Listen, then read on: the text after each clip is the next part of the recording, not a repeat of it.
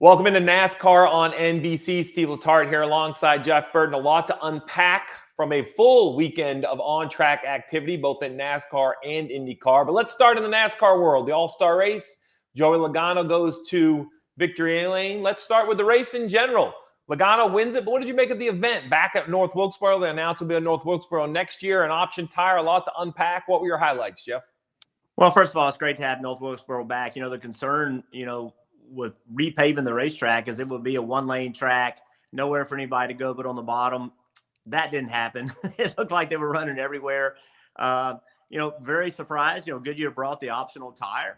All the thought was that tire would fall off and lose a ton of speed, and it didn't. The cooler temperatures at night, I think, are why. But nonetheless, a ton was learned by doing that, and now Goodyear can take that information and move forward. And it's just a good event. You never know what's going to happen with an all-star race.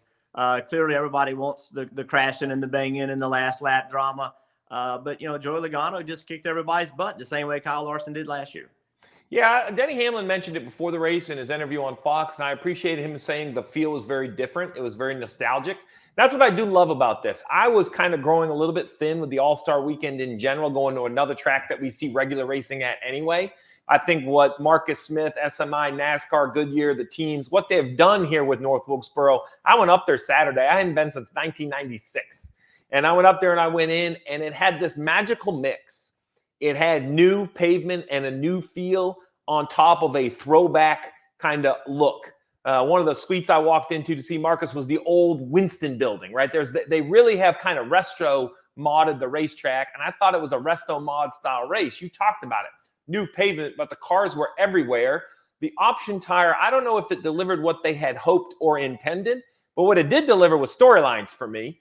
And Joey Logano, once again, it seems like Paul Wolfe and Joey Logano, when you throw the unknown at them, whether it's Bristol dirt or other things throughout their careers, they adapt quicker. Another little bit of a storyline I'll make is, Chris Buescher, the Fords, once again fast. So I thought it didn't tell me anything magical about maybe somebody making a turn on the year, but it was more of a continuation of what we saw already out of the 17 in the last few weeks. Yeah, look, I think for the 22 car, I think this was a big weekend. They have had really good speed. They ran really well at the short tracks this year. They've run well, and this week obviously they ran great. And so for a team that is, they're on the verge of potentially not making the playoffs, a team that has not exceeded or met the expectation that we all have for them and they have for themselves, to go and dominate means something. It matters. Now, granted, there's no other racetrack like North Wilkesboro. However, you're still a good enough driver. You're still a good enough crew chief. We still can make this happen together. And I think, Steve, those are important things to remind yourself. Yes, they would rather have this been a point race. But you're winning an historic event. You want to be an all-star race winner. You definitely want that to be on your resume. And it comes at a time where they're kind of looking a little bit for themselves. How good are we? What's the deal? Can we win these races? So I think this could have a lot of forward momentum for those guys going to the rest of the year. Well, let's be honest. $1 million is $1 million. I don't care how long you've raced. $1 million. Oh, it doesn't go as far as it used to. One thing I want to talk about, and I don't think we really need to break this down. We saw the fight heard around the world, right? Ricky Stenhouse punches Kyle Busch. I'm not going to break down, the fight, good, bad, or indifferent. What I want to talk about is Ricky Stenhouse's interview. When he was interviewed, it was in my mind, it was a little bit of the look behind the curtain. He mentioned a speedway wreck. He mentioned Kyle Busch is talking in the media about him and his team. He mentioned Kyle Busch not running as well. And what I mean by this is, Jeff, it's a reminder for all of us that these competitors face each other week in and week out. We're now 13 races into the regular season. I didn't see a feud between Ricky Stenhouse and Kyle Busch on my bingo card. So the question is, who else don't we think are right on the edge of brink? What other relationships have been stretched? It's like the hockey fight. So many moves, so many people get cut off, so many upset people. There has to be more in the garage. Oh, look, we see this. I don't want to say we see this all the time, but this isn't uncommon in NASCAR to see tempers boil over. And something that Kyle Busch could hear him say is, he's like, hey, I suck too, and a lot of this right here has to do with the frustrations of the year. It's not, you're right, Steve. It's not just this event. No, look, singular events can have this, but a lot of times it's the frustration of the year. And typically people that are contending for championships and winning races on a frequent basis, they're not in in this. Now, there's a few exceptions to that. However, just the comments that were made over the open mics led me to believe that, Kyle Busch is frustrated. He is accustomed to winning races on a regular basis. And this is, he won some races last year, but they didn't dominate races. They won races. They executed, did a great job. But, this is many years that Kyle Busch hasn't performed the way that he expects to perform. And there's no way, Steve, whether you're a crew chief, a driver, a crew member, a tire changer, a spotter, when you're not performing at your high level, there's no way that questions about yourself don't creep in. And people think that Kyle Busch is whatever you think about him, but he's also a human being. And the guy loves to win, and he hasn't been able to on a frequent basis. And there's no way that's not on his mind too. So this is a hard sport. If anybody thinks it's not, they don't know it. They don't understand it. And they don't know the mental toll that it takes on you when things aren't going well. It's hard when it's going well, and it's even harder when it's not. And so a lot of what we saw, in my opinion, has to do with that.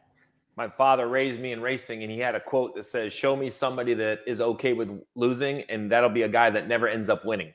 And I think that's Kyle Busch in a nutshell. I know he is polarizing, and he's temperamental, and he gives us great sound bites, and he's an easy guy to hate. He's an easy guy to love, but I don't think his passion for performance has ever been in question. And when we mention performance, we can't talk about the guy who's on every headline this week, and it's not because he sat on the pole or even the front row or the Indy 500, but NASCAR's representation in IndyCar. Kyle Larson has been about a year in the making, a little over a year now. We saw him on track. You were there, not just qualified, but this is a guy that had issues in his first run, recovered to get into the Fast 12 on Saturday. For the casual NASCAR fan who doesn't understand, that means he comes back on Sunday and does it again.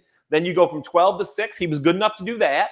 And then he ran inside those 6. You were there, Jeff. Give me the boots on the ground feel of Kyle Larson. Jeff Gordon looked like a kid in a candy store walking around Indianapolis. What was the feel as he attempts his first ever IndyCar race in about a week when he takes a green flag in the Indy 500? So I will say this, Steve, like the fans are pulling for him, and you can hear it. Like when he ran that lap in qualifying, the place erupted. And in fairness, it erupted for like that's a very positive crowd. Like they cheer for everybody. Like it's somebody runs a good lap, they get excited about it. They're there for that event. But there's a vibe coming from the fans to Kyle Larson that's exceptionally positive. And the same in the paddock area. When I would have conversations with people that I know in the sport or were introduced to in the sport, everybody is talking positively about him. He has left a mark already on IndyCar. They're surprised how well he's done. They all talk about how he just seems to be relaxed, having a good time. Nothing shakes him. Yeah, we've seen that for years. And it's just fun. I mean, it's just fun. And think about this. Jeff Gordon sat on that pit box. Jeff Gordon, we all know what he's done. He is sitting there supporting Kyle Larson. All of Hendrick Motorsports is standing with Kyle Larson. And you made that point a few weeks ago, Steve, that this isn't just a driver going to do this by himself. He is there supported by the entire Hendrick Automotive Group, by the entire Hendrick Motorsports Group. And it's fun to see. They're all in this together. And it is a different vibe coming out of that pit box. And Kyle's just having fun. Like it is, Steve. We talk to everybody. We're friends. We know each other.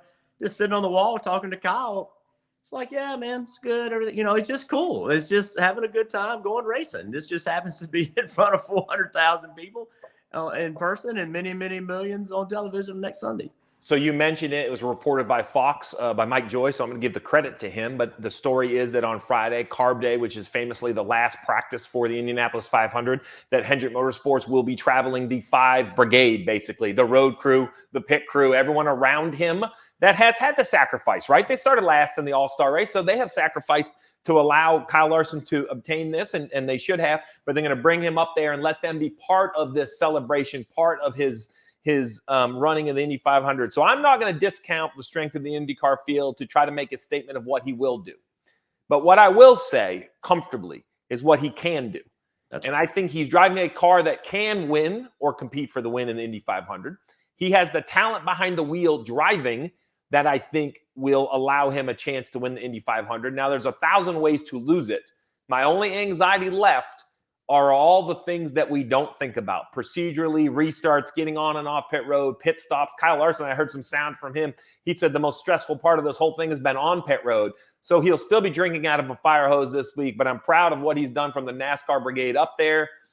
I love that he hasn't changed one bit. He's the same nonchalant Kyle Larson, whether he's running in the local dirt track with a bunch of teenagers or on the biggest stage at the Indianapolis 500. But either way, we're blessed in the world of motorsports. This is an unbelievable weekend, Memorial Day weekend. We have the Indianapolis 500 with Kyle Larson running the double. He will leave there, as will our friend Jimmy Johnson, who's going to be doing a little bit of TV work for us. He'll fly just like Kyle Larson will down here to Charlotte, and they'll both compete in the Coca-Cola 600. So it's a great weekend of racing.